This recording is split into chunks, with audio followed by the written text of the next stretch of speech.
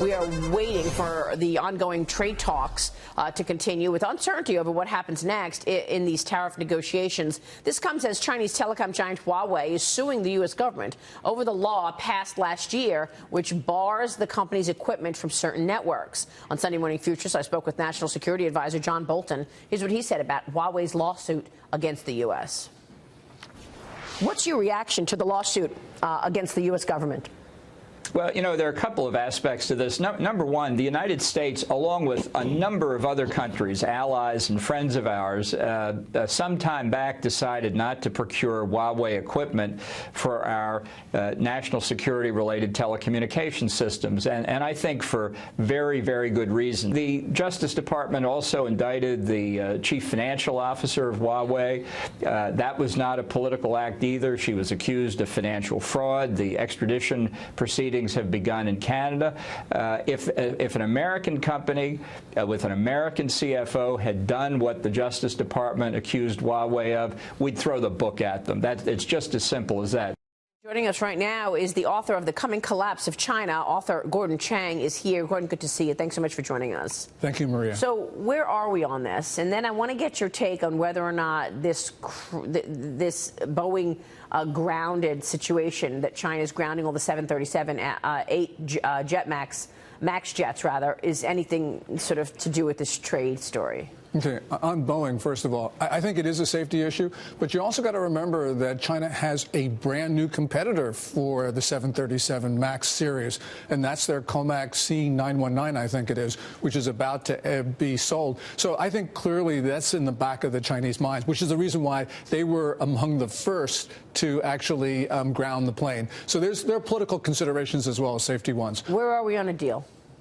You know, who knows? It changes day by day. I actually think that, yeah, everyone wants a deal, but a deal's not going to stay together because the Communist Party genetically cannot honor trade obligations.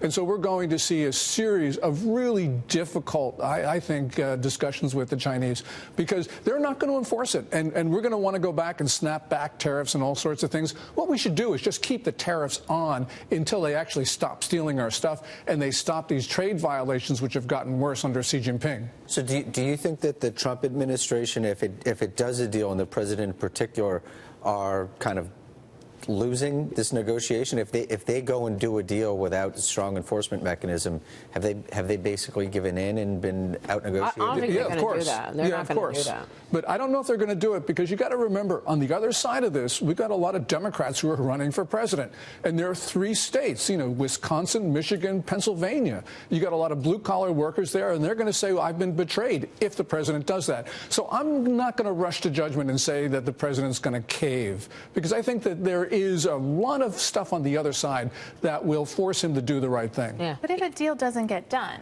right, then everybody's saying what's going to happen to the market. So it's sort of like a lose scenario here. And he cares very much about how this stock market. But he can't cave on these issues. Now there's been a tipping point in this subject. People understand what China has been doing. People understand how they're sucking up our intelligence at every point, whether it's through academia or acquisitions or just transferring technology. He can't cave, just from what you said, just from the constituents in all of those states. You know, going back to Huawei, I mean, this is a fight for the first half of the 21st century when you combine 5G and AI, and Huawei is 5G.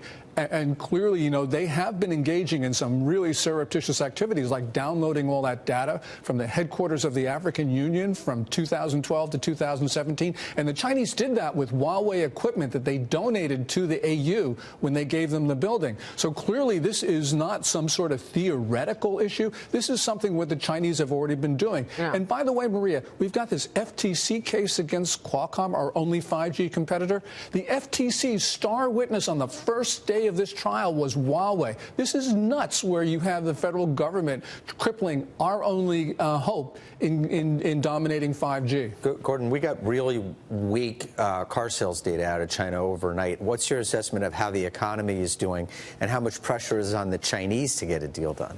Yeah, I think that there's certainly a lot. The Chinese economy probably started to contract in December when you start looking at not only car sales, which are down 13.0% in December. Contract or grow slower? No, this is contraction. Contraction. Those 6% growth numbers are total fiction in your mind. So, and January and February, they were also down, which makes months 7 and 8. So what's with the 6% number then?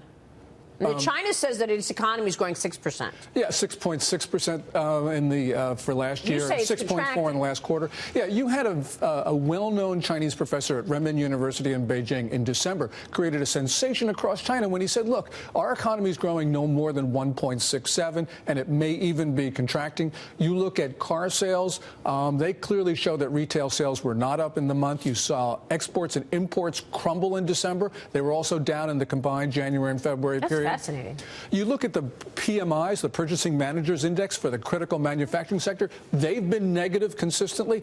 What's how much pressure is on Xi Jinping to get a deal done? I think there's actually a lot because there's a lot of sniping from the sidelines because he owns the trade war. He owns the slumping economy. And, you know, when you're chairman of everything, as people say, he's accountable for everything. So he could actually be, I think, in a vulnerable position right now because of these two issues. And he's promises people prosperity. What happens if they don't get it? What's the outlook for social unrest? Unrest in the streets, which is exactly what he doesn't want. Yeah, this is a big year for sensitive anniversaries. 30 years of Tiananmen, more important, 100 years of the May 4th movement, 70 years of the founding of the People's Republic. Real quick, enforcement. Are they going to put an enforcement issue in there, the U.S. side? Probably. How are they going to enforce that China keeps their promises? There will be an insubstantial enforcement provision like snapback tariffs or something like that. But that's really not the way we need to go. Because the Chinese, they violate every agreement. You don't give them relief. Isn't snapback irrelevant? We're putting tariffs on already as it is. What do you need a snapback agreement? Those are insubstantial tariffs, 25%. You know, what we should be doing is banning the import of products that have benefited from the theft of U.S. intellectual property. John, that's $300 to $400 billion a year. Yeah. Some people say more. That's right. People say it's up to 600, actually. Gordon, it's great to have you on the program. Thanks, Maria. Really insightful and important conversation we're having. Gordon Chang joining us there.